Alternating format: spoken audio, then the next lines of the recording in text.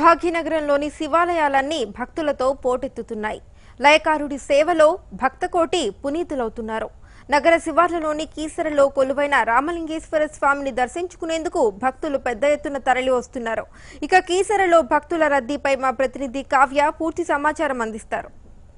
తెల్లవారుజామున నుంచే కీసరగుట్ట భక్తులతో కిటకిటలాడుతుంది. ప్రస్తుతం మనం కీసర్లో ఉన్నాం. ఇక్కడ మనం చూడొచ్చు, అంటే పూర్తిగా ఇక్కడ 108 లింగాలు కూడా ఉన్నాయి. అయితే భక్తుల దర్శనం కోసం ఉదయం నుంచే పోటెత్తారు. దాదాపు భక్తులు దర్శనం చేసుకోవడానికి ఆ స్వామివారిని 2 గంటల పైనే ఇక్కడ సమయం అనేది పడుతుంది. కీసరగుట్టలో ప్రత్యేకం ఏమంటే కేవలం శివాలయాల్లో స్వామిని దర్శించుకోవడం ఉంటుంది. అయితే అభిషేకం అంటే ఆ అభిషేక ప్రియుడికి, ఆ త్రినేత్రుడికి అభిషేకం ఇవాళ చేస్తే ఎంతో మంచిదని, సుఖ శాంతులతో పాటు అకాల మృత్యు భయం తొలగుతుందనే ఒక నమ్మిక భక్తుల్లో ఉంది. అయితే ఈ స్వామివారిని ఇవాళ అభిషేకం చేసుకోవాలంటే కేవలం ఉదయం మాత్రమే వీలవుతుంది. కానీ ఇక్కడ ఉండే క్షేత్రంలో మాత్రం దాదాపు 108 లింగాలు మనకి ఆలయ బయట ఆలయంగా ప్రాంగణంలో కనిపిస్తుంది. ఎలా అనిపిస్తుంది సార్? అంటే ఇది వందల సంవత్సరాల చరిత్ర గల శివ క్షేత్రం ఇది.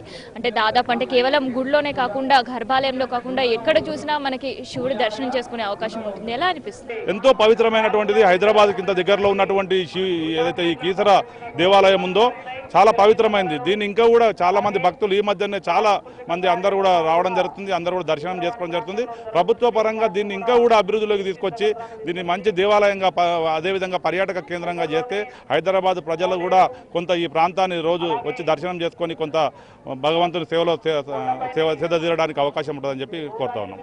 కొంతమంది మహిళా భక్తులు మనతో ఉన్నారు, వాళ్ళతో కూడా మాట్లాడే ప్రయత్నం చేద్దాం. ఎలా అనిపిస్తుంది మేడం? అంటే పూర్తిగా ఇక్కడ ఎక్కడ చూసినా శివాలయాల ఇలాంటి క్షేత్రం కూడా ఎక్కడ కనిపించదు మనకి. అంటే శివుడు అంటే కేవలం గర్భాలయాల్లో దర్శనం చేసుకుంటాం, కానీ ఇక్కడ మీ చేతులారా అభిషేకం కూడా చేసే అవకాశం ఉంటుంది. ఎలా అనిపిస్తుంది? బాగుందండి, చేసాం. ప్రతిసారి వస్తామండి, మేము 10 years నుంచి వస్తున్నాము.